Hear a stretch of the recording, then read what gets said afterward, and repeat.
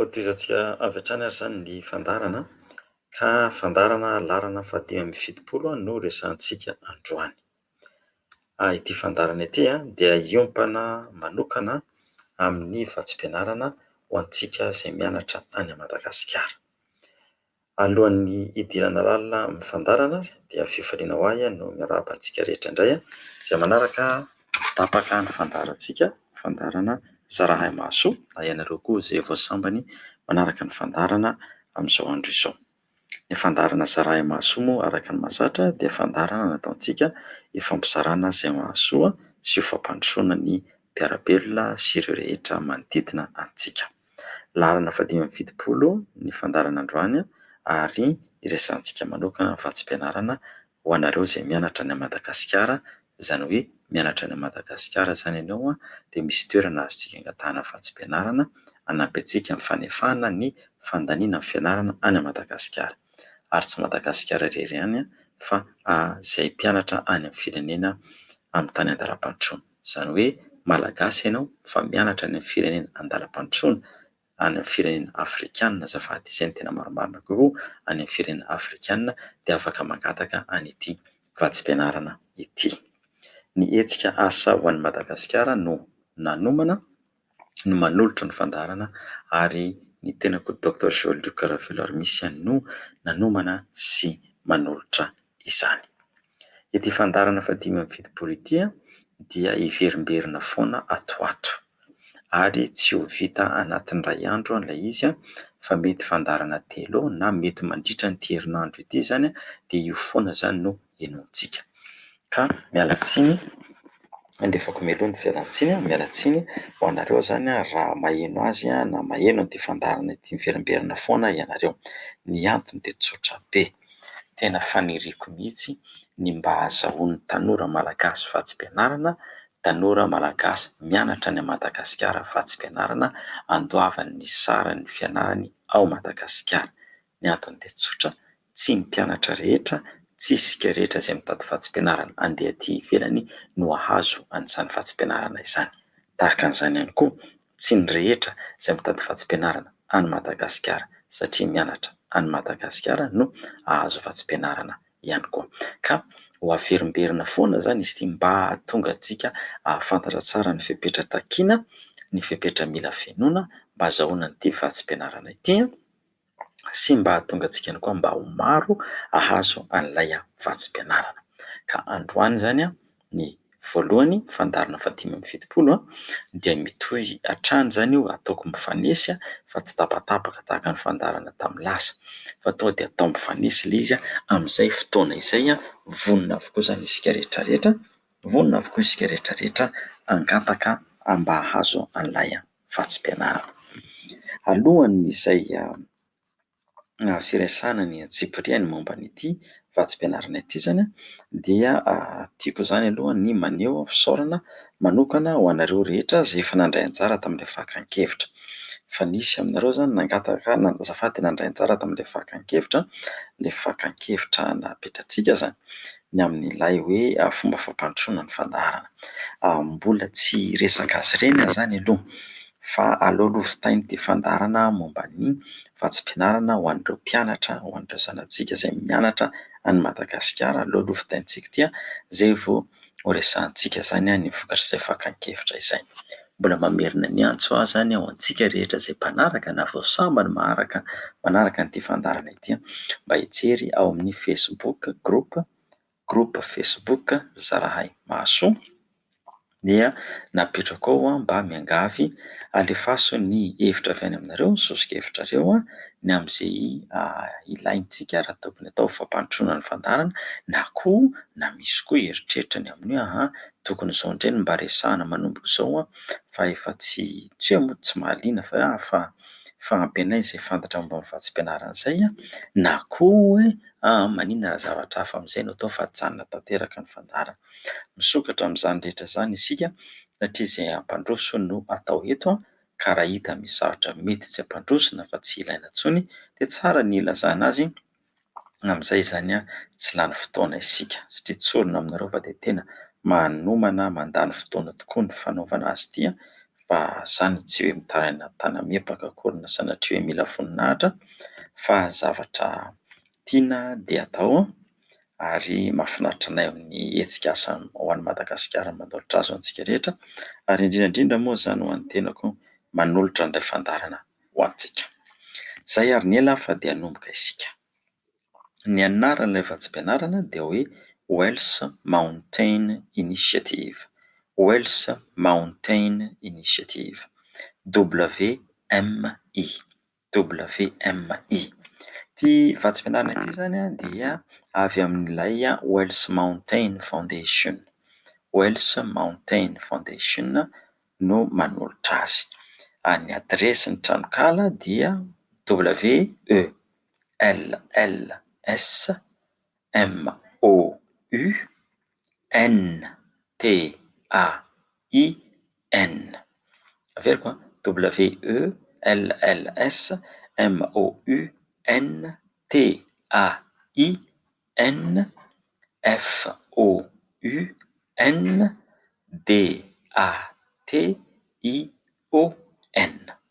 Foundation.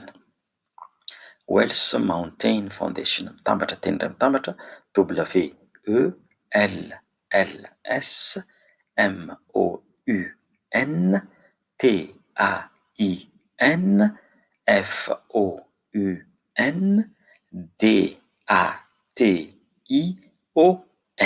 Teboka ORG. Teboka ORG na hoe teboka org.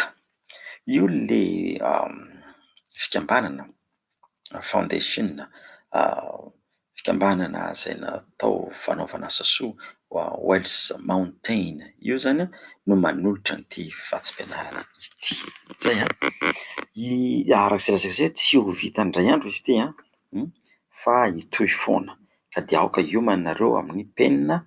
Io moa izany dia apetratsika amin'ny facebooktsika eo ihany koa izany ny tsipiriana momba azy ity ahafahanareo izany maharaka tsara azy izany. Ka ity fikambanana ity izany dia fikambanana manokana izay mikarakara zavatra maro momba ny fanabeazana. Momba ny fanabeazana ary indrindra indrindra ho antsika aty amin'ny firenena afrikanina ho an'ireo tanora mianatra aty Afrika. Ho an'ireo tanora mianatra aty Afrika. Efa nanomboka tamin'ny taona 2015 ry zareo izany nanao an'ity fanampiana mpianatra ity ka mpianatra anankiray izany no nampian'ny zareo mpianatra anankiray avy any Ghana. Dia izay izany ny androany dia tamin'ny taona 2015 nampitomboin-dry zareo indray izany dia mpianatra avy any Senegal sy Ghana mpianatra 9 no nampiany. Dia amin'izao fotoana izao dia manome fanampiana ho ana mpianatra amin'ny firenena 12 manerana ny Afrika zareo. Ary efa maro izany ny olona nahazo famatsiana ara-bola eo amin'ny 500 eo izany no nahazo famatsiana ara-bola eo amin'ny fianarany ary misy amin'izy ireo izany efa nahavita fianarana tanteraka. Hifaninanana mihitsy aloha izany ilay vatsim-pianarana tonga dia tsorina izany fa tsika tsy matahotra an'izany io ilay hoe samy nosoran'ireny menaka ve ka dia andeha hifampiteratagnim-by eto fa alao ianao vita antsika io ary izay izany no antony hanaovantsika an'izy ity hanaovantsika an'ity tetikasa ity tetikasa ity aizako tsika indray dia tsy matahotra izany tsika fa mifaninana tsara amin'ny vahiny isika ary izay no andaniantsika fotoana hanaovana an'itony fandarana itony ampiakarana mihitsy ny moralintsika tanora malagasy. Aza matin'ity le sehoseho ivelany fotsiny tsy hita hoe inona fa makafoka fotsiny ao anatiny ao fa ny vonon'olona no tena betsaka fa tena zavatra tsika mahay ka afaka mahavita afaka manao ary izay no antony hanaovantsika an'ity fandarana ity izany fampakarana ny moralintsika tanora ny ray aman-dreny tsy ho kivy na ho ketraka ary fitarihan-dalana sy fanoroana ny lalana aleha. Izay ny amin'iny voatra ny lasa tany indray ny resako izany lasa amin'ity lehibe fihetsika tsy hanamakafoka fotsiny tsy hita hoe aninona ity fa hiverina ato amin'ny ilay Wells Mountain Initiative izany isika. Tanjon'ny zareo izany dia fanampiana ny tanora afrikanina mba ho tafita amin'ny fianarana. Iza izany no hampian'ny zareo? Ny hampian'ny zareo izany dia mpianatra manana baccalauréat. Baccalauréat ary tsara naoty. Io zany ny iverenantsika indray ilay tsara naoty io. Io zany ho aza mangovitra amin'io. Aza mangovitra amin'io tsara naoty io fa misy ny atao hoe transférabilité, izany hoe ilay naotintsika io zany avadika amin'ny rafitra iraisam-pirenena. Mety latsaka ambany ny naotintsika terak'izay fa tsy maninona, profil io. Misy naoty dia misy koa ilay CV, dia misy koa ilay hoe lettre de recommandation, dia misy koa izany ilay hoe lettre de motivation. Profil io. Ka raha ny naoty izany hozy ao no mety ratsy, aza kivy amin'izany ianao. Tsika tsika izany tsy mora inona moa ty anarany? Avy dia ampitahorin'ny olona eo fotsiny dia mangory vitsika eo na hoe toka-po dia io iray io no tsy manjary ianao teo dia hoe tsy avitra, tsisy an'izany tsy avitrabl izany. Fa isika dia afaka mamorona profil momba antsika rehetra atambatra. Mety ratsy ny naoty fa ny CV-ntsika amboarintsika, ny lettre de motivation amboarintsika, ny lettre de recommandation resahana tsara ny olona hanao azy. Hitanareo fa tsy vita indray andro ity fandarana ity, fa mety telo andro eo no nanaovako azy satria ho raisiko tsiraidray mihitsy ny zavatra takiana dia asehoko anareo ny fanaovana anazy. Ho resahako aminareo moa zavatra tsy hita aseho satria tsy mifanatrika isika ity izany, fa ho resahako aminareo izao ny fomba hanaovana azy izany. Ka mila manana bacc izany ianao, tsara naoty. Dia ino ary ratsy ny naotinao azo atao mahakivy izany? Tsika angataka foana, amboarintsika any amin'ny profil, ataontsika any tsika mamely azy izany. Faharoa dia feno 5 taona ianao na latsaky ny 5 taona amin'ny voalohan'ny volana marsa amin'ity taona ity, taona 2024. Raha ianao izany mbola latsaky ny 5 taona na feno 5 taona alohan'ny voalohan'ny volana marsa taona 2024 dia afaka mangataka an'ity vatsim-pianarana ity ianao mahafeno an'ilay fepetra. Fahatelo, ianao dia hianatra na mianatra ao amin'ny firenena misy ianao, any Madagasikara izany, na any amin'ny firenena hafa na any amin'ny firenena hafa. Firenena hafa indrindra indrindra fa any amin'ny tany andalam-pandrosoana na any Afrika.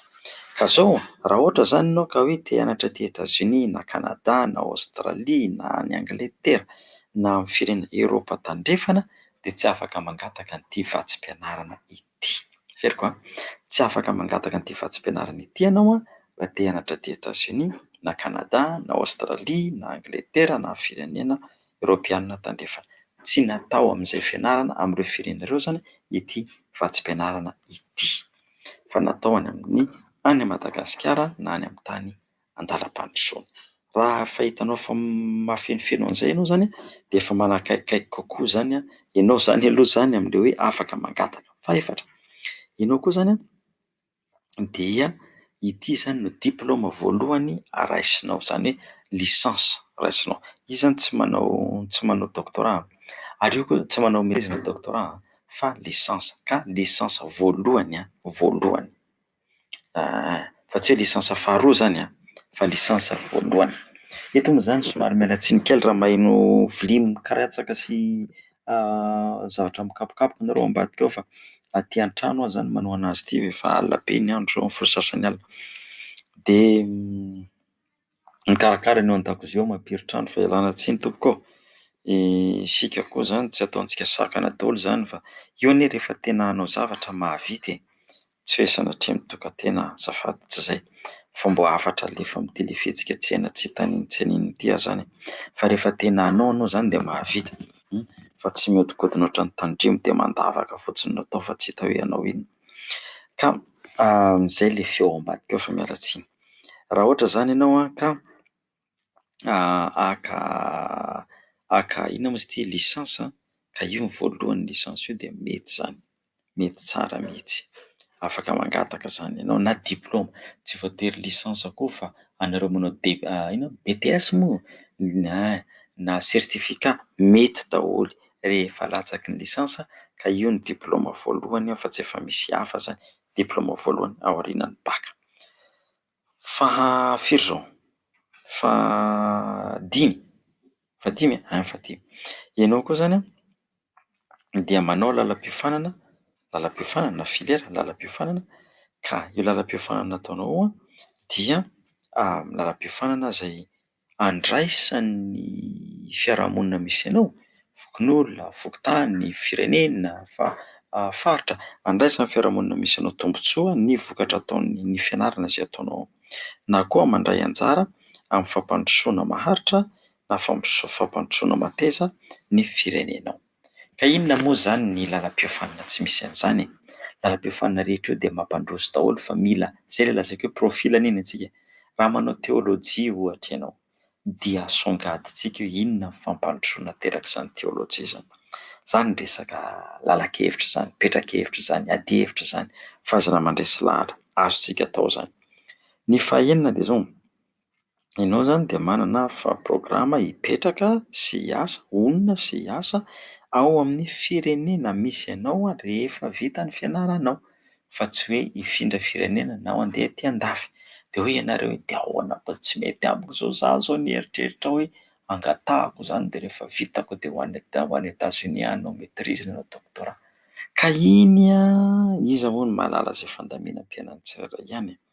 Fa dia milaza ianao izany aloha fa dia onona sy hipetraka hiasa ao any Madagasikara. Rehefa misy indray ve moa ny fahafahanao mandeha? Inona moa izany fa dia mandeha izany ianao? Fa ny olona tian'izareo omena vola izany dia izay olona milaza an'izay hoe izaho dia hody izaho hipetraka mantsy, raha ohatran'iireo izany any ivelany fa tsy amin'ilay firenena voatanisa teo ka heverina hody hoe izaho hody ary hiasa any Madagasikara. Manaraka fahafito izany dia hoe ianao izany dia manana tantara, manana porofo azo aseho fa ianao dia nandray anjara mavitrika, nanao asa soa, asa fanasoavana an'ilay tanàna misy anao, na ny firenena misy anao, na ny vondrona misy anao, na ny fokon'olona, fokontany azafady, fokontany misy anao. Ireo izany dia mila asehontsika porofo, aseho porofo izany hoe ireto avy ny zavatra ataoko ao anivon'ny fiarahamonina, ao amin'ny fokontany misy anahako, eto an-tanàna, mila porofoana izany ireo rehetra ireo. Atao porofo dia aseho ireto ny zavatra efa nataoko. Izao dia tena mampalahelo mihitsy mahita an'ity levoiny, mahita mivoina mitranga any an-tanàna, dia tena mampalahelo ary mankahery an'ireo olona izay voadona izay voakasika izao. Very fananana, maty fianakaviana, very harena, maty ny biby fiompy, tena mampahonena ilay izy, mampahonena mihitsy. Izao raha ireny lalana nolazaina hoe namboarina hoe ao amboariko avy hatrany ireny izao raha mba vita dia maro mihitsy ny aina izay avitra. Fa iny moa izany resaka hafa indray moa izany iny.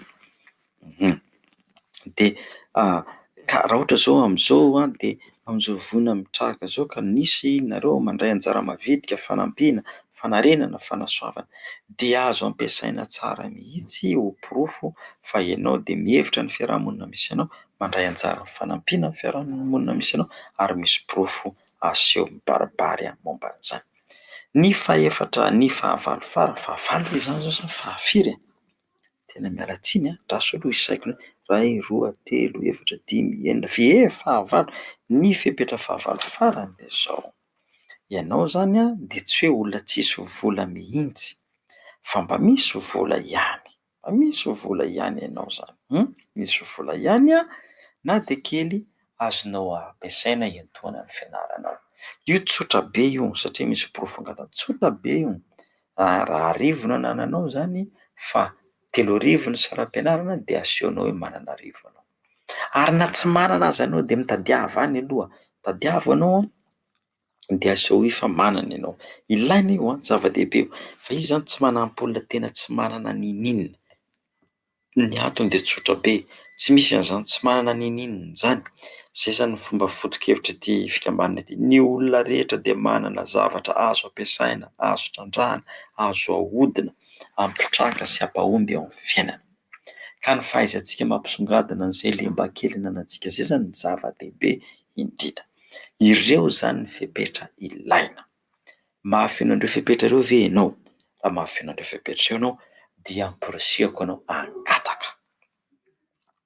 Averiko ny adresin'ny tranokala: WELLSMOUNTAINITIVE.org. Wells Mountain Initiative teboka ORG. Raha mafy anao ny fepetra eo zany ianao dia ampirisioko anao an'ilay fangatahana.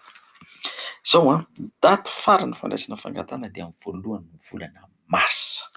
Voalohan'ny volana marsa isan-taona ty vatsim-pianarana ty, isan-taona. Eto zany hoe raha première année zany taona voalohany, taona faharoa, taona fahatelo ka mbola tsy nahazo lisansa ary zay ny diplôma voalohany anananao aorianan'ny baka dia afaka mangataka ianao. Ohatra zany ianao tsy vonona zao. Raha ohatra indray zany ianao BTS na sertifika fotsiny ka ao aorianan'ny baka le zavatra ianarana dia afaka mangataka ianao. Aza adino voalohan'ny volana marsa. Roviana izy teo. Voalohan'ny volana marsa. Isan-taona dia misy io. Ary raha mbola tsy nahazo ianao zany ohatra mangataka ianao amin'ity dia tsy mahazo, afaka mangataka koa amin'ny taona ho avy. Tsy mahazo indray amin'ny taona ho avy, mbola afaka mangataka koa. Mandra-pahazahoanao zany an'ilay lisansa na ilay sertifika. Dia vidiana zany le alefanao ny fangatahanao zany dia avy eo vidin-dry zareo dia misy dingana be dia be zany anaovany an'ilay sifana. Dia rehefa voafidy zany ianao dia amin'ny volana aogositra, voalohan'ny volana aogositra alefany himailaka any aminao hoe ianao zany ilay tsara vintana, ianao zany ilay voafantina. Dia avy eo avoakany amin'ny tranokala na website sy ny Facebook-ny ny anaranao. Lasa olo-malaza zany ianao. Nahazo vatsim-pianarana dia ao aorianan'ny voalohan'ny volana aogositra ireo izay tsy nahazo moa zany dia ampahafantarin-drareo zany ao aorianan'ny voalohan'ny volana aogositra. Tahak'izay zany ty vatsim-pianarana ity. Inona zany ny zavatra ho atao mba hahatonga antsika hahazo an'ilay vatsim-pianarana? Aleo tehirizitsika mirapitso indray izay fa efa alina be ny andro, mila mandeha matory ahako. Azafady fa efa nomeko anareo ilay tranokala dia mba jerenareo ilay tranokala io Wells Mountain Initiative teboka ORG. Faram-pitso zany dia ho resahana aminareo indray hoe ireto avy zany ny zavatra ilaina hanaovana ny fangatahana. Fa androany aloha zany dia fampahafantarana ny fisian'ilay vatsim-pianarana sy ny fepetra-takiana ahafahanao mangataka. Fampahafantarana ny vatsim-pianarana sy ny fepetra-takiana ahafahanao mangataka. Fa mandra-piandra ny fandarana rahampitso.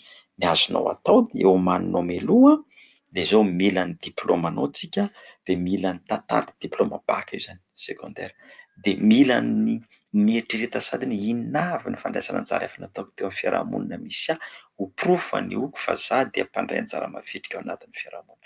Ary raha tsy misy izay dia avy hatrany dia araraoty. Ratsy be azafady. Ratsy be ilay hoe araraoty zao voina sao hanao fanjavatra. Tsy mety zany. Tsy mety zany ohatrany hoe lasa manararaopaty ohatran'ny sasany. Tonga dia misy fihetsika tsy haina be tampoka zany fa tena ohatran'ny miteny hoe zara aza nisy an'io. Loza! Fa tsy mila miandry voina vao manao zavatra ka. Fa zany hoe ataonao moa zany fa misy an'ity fangatahana fa tsy ity vatsim-pianarana misokatra ity dia mifanindry amin'ilay voina dia io moa misy an'ilay nandalo ramaka hamain'ny tanàna fa ity indray zany nandalo nitondra drano dia azo aseho zany fa hoe izaho anisan'ny mpanampy. Eny araraoty zany ary araraotiko. Inona koa maharatsy an'izany raha hoe araraotina? Araraotiko mety misy anie olona any zao mampalahelo fa noho ny fanampiana nataonao dia mba avotra ilay olona. Io moa ilay hoe tsy azo atao manangona fanampiana fa avy dia aterina moa ilay izy iny koa. Avy dia zaraina. Avy dia aterina moa sa zaraina tsy haiko tsara koa ilay lalàna sa inona koa zao zany hoe sao dia ho eo ny misy maninona moa izy iny hoe sao dia lasa any amin'ny tanan'ny mpanararaotra. Ohatran'ny mampieritreritra ary sao dia ka mandraisa anjara zany fanampiana fiarahamonina. Dia raisina naotriny dia atao tantara fa omany ataovy lisitra mihitsy androany alina, androany tontolo. Dia rapitso indray asehoko anareo zao daholo ny zavatra takiany ary. Dia manaraka indray tena raisitsika tsirairay fa misy misy fizarana eo 17 le zavatra takiana io. Dia ho raisintsika tsiraidray ireo, ary zay mahatonga ny teny amin'ny herinandro ity, io fotsiny no resahantsika. Aza adino fa ny fandaharantsika ity izany izao dia fa firy ny volana janoary izany? Faha 20 ny volana janoary no alefa, fa ny fangatahana mila voaray alohan'ny volana marsa, izany hoe ray volana ihany izany no ananantsika hamenoana ny antotan-taratasy rehetra raha liana amin'ity fangatahana ity, ity vatsim-pianarana ity izany ianareo ka dia mivonona ary mandray an'izay rehetra rehetra izay mivonona dia alefako daholo ilay izy resantsika, dia maniry sy manantena mba ho betsaka ny hazo amin'ity vatsim-pianarana ity. Ho antsika rehetra moa izany izay liana any amin'ny firenena hafa, hianatra any Etazonia sy ohatr'izany dia ohatran'ny hoe miandry kely aloha izany fa ino ilay fandaharantsika tamin'ny lasa reny reny efa misy toromarika maro, fa miandry kely izany fa aleo aloha izany dia ho antsika rehetra mianatra any Madagasikara aloha ny resaka amin'ity herinandro ity. Miala tsiny moa fa ilay feo izany farina satria efa hariva ny andro, alina be ny andro izy ity moa izany tsy hoe tianao atao farany fa ny velon-tena aloha mandeha aloha satria manambady aman-janaka koa ny tena, dia avy eo amin'izay izany izay vao ireto amin'ny programa fifanasoavana ireto. Izay izany ny androany fa dia samy tenin'Andriamanitra isika mianakavy. Mankasitraka tompoko lahy, mankasitraka tompoko vavy, misaotra hatrany AZ radio télévision, ary mankahery hatrany ny député rahalahy Fidèle amin'ny asa sy andraikitra ny tsoroany amin'ny fampandrosoana ny firenena sy ihany koa fampandrosoana antsika rehetra mpihaino amin'ny alalan'itony fandaharana itony. Mankasitraka ny teknisianina izay mampita ny feo any amintsika. Saorana ny tompo satria mbola manana tombotsoa hanaovana an'izao isika, ka dia misaotra anareo izay ato amin'ny hetsika aso amin'ny Madagasikara. Mankasitraka tompoko Dr Jean-Luc Ravelarmisy no nanoatra ny fandaharana androany. Samy tenin'Andriamanitra isika mianakavy.